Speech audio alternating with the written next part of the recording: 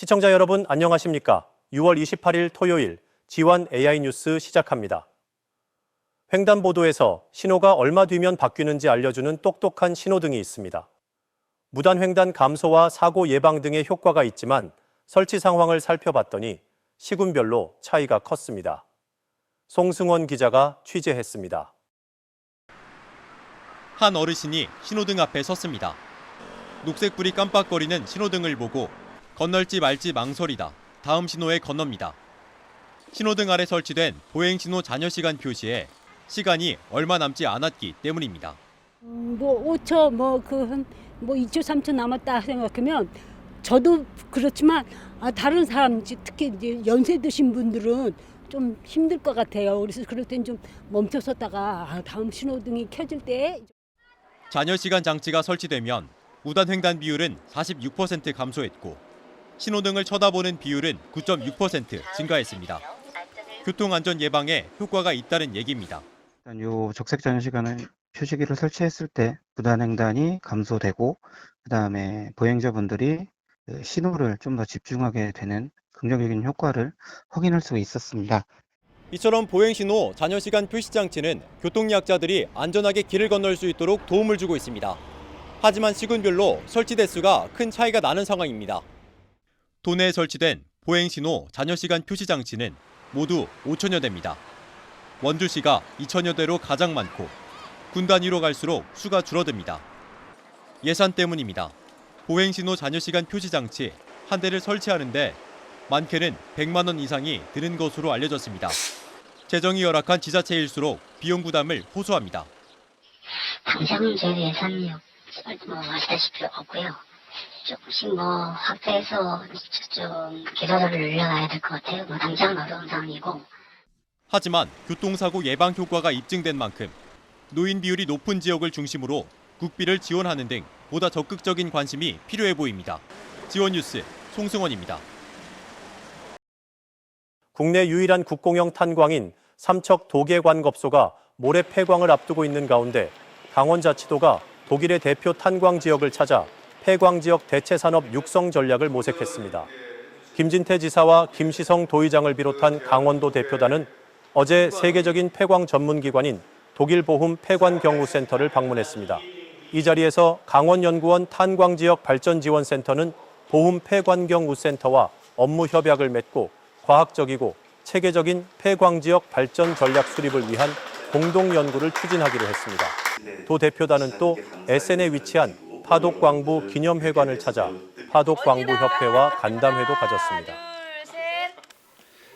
폐광 지역은 청정 수소, 청정 메탄올 등 새로운 사업을 통해서 새로운 도약을 준비 중에 있습니다. 이러한 변화가 성공하려면 정부의 규제 해소와 전폭적인 재정 투자가 필요할 것이라고 생각을 합니다. 강릉 경포 해수욕장이 오늘 개장한 가운데 다음 달 19일까지 동해안 해수욕장 86곳이 잇따라 문을 엽니다. 강릉 경포 해수욕장을 제외한 강릉 지역 17곳과 속초 지역 2곳은 다음 달 4일 개장합니다. 동해 지역 6곳과 삼척 지역 해수욕장 9곳은 다음 달 9일 문을 엽니다. 보성 아야진 해수욕장과 천진 해수욕장은 이미 문을 열었고 봉포 해수욕장은 다음 달 5일 개장 예정입니다. 양양 지역 해수욕장은 다음 달 11일 대부분 개장합니다. 대한민국 최고의 코미디 연극 축제인 2025 춘천 연극제가 개막했습니다. 이번 연극제는 웃어라, 즐겨라 라는 주제로 다양한 연극과 프로그램이 오는 11월 1일까지 춘천 일대에서 펼쳐집니다. 춘천 연극제의 대표 콘텐츠인 코미디 경연은 다음 달 14일부터 26일까지 진행됩니다. 공연은 시민들을 찾아가 춘천농협 엔타점과 춘천교도소, 강원대 어린이병원 등 3곳에서도 열릴 예정입니다. 사회 전반이 디지털로 빠르게 전환하면서 적응에 애를 먹는 분들이 많습니다. 특히 어르신들은 요즘 식당 주문도 쉽지 않으실 텐데요. 이런 디지털 격차를 좁히기 위한 교육이 활발합니다. 보도에 송혜림 기자입니다. 올해 80살인 김순녀 어르신. 최근 지인과 카페에서 주문을 하려다 기계 앞에서 어떻게 해야 할지 몰라 결국 직원의 도움을 받았습니다. 그거 해가지고 한번 연습을 해봤어. 해봤는데 처음엔 될 때 나중에 또 잊어먹었어. 다양한 디지털 기기 앞에서 망설이는 건 김 씨뿐만이 아닙니다.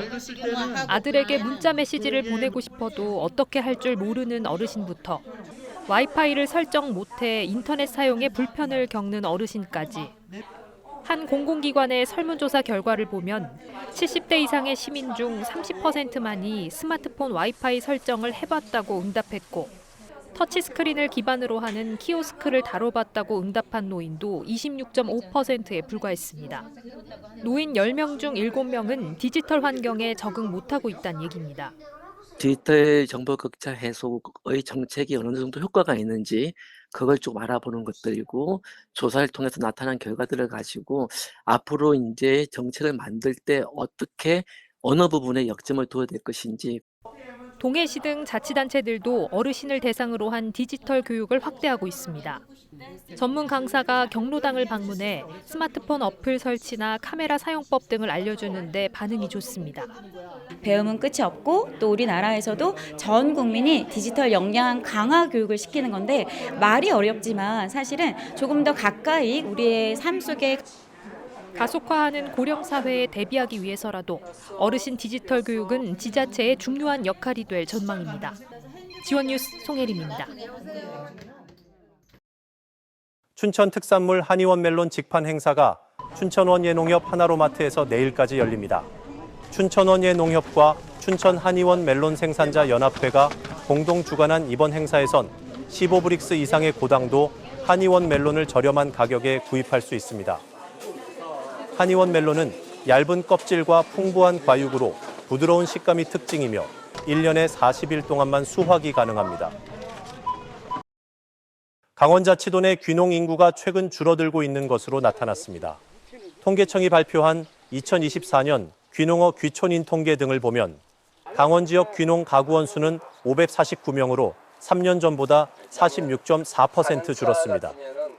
귀농 가구원 수는 지난 2021년 1,022명, 2022년 954명, 2023년은 720명으로 계속 감소하고 있습니다. 귀농 인구 감소 원인으론 농촌 정착에 필요한 자금과 기술, 생활 인프라 부족 등이 꼽힙니다. 친분이 없는 지인이 선배 행세를 했다고 거리 한복판에서 마구 폭행해 의식불명 상태에 빠지게 한 40대가 징역형을 선고받았습니다.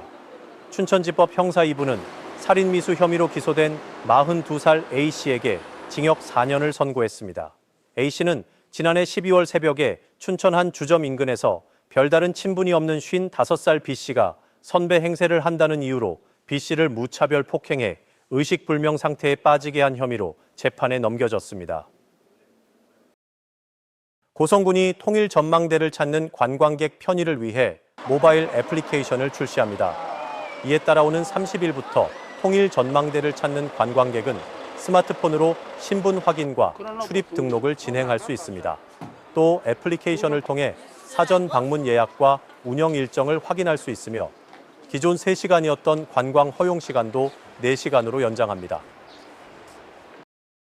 원주시 치매안심센터가 치매 조기 검진과 치매 치료 관리비를 지원합니다. 치매 조기 검사 지원 대상자는 치매 위험이 큰 60세 이상 주민입니다. 대상자는 신분증을 가지고 치매 안심센터에 방문하면 예약 없이 무료로 받을 수 있습니다. 소득 기준이 중위소득 120% 이하면서 60세 이상 중 치매 진단을 받은 치매 어르신에게는 월 3만 원 한도로 치료 관리비를 지원합니다. 홍천군 무궁화장학회가 올해 대학 등록금 장학생 358명을 선발했습니다. 선발된 장학생에게는 등록금 비용 중에 1학기 최대 100만 원 한도 내에서 국가장학금 수혜 금액을 제외한 금액이 지원됩니다. 지원 대상은 홍천에서 중고등학교를 모두 졸업한 뒤 대학에 재학 중인 학생으로 대학생 본인이나 부모 중 1명 이상이 5년 이상 홍천군에 거주해야 합니다. 철원군이 지역 모범군 장병들에게 지역사랑 상품권을 제공합니다. 철원군은 3사단과 5사단 등 군부대 5곳을 대상으로 모범장병 1,500명을 추천받아 1인당 2만 원 상당의 상품권을 지급합니다. 추천 대상은 대민 지원 일손 돕기와 지역 행사에 적극 참여한 장병입니다. 지원 AI 뉴스 마칩니다. 시청해주신 여러분 감사합니다.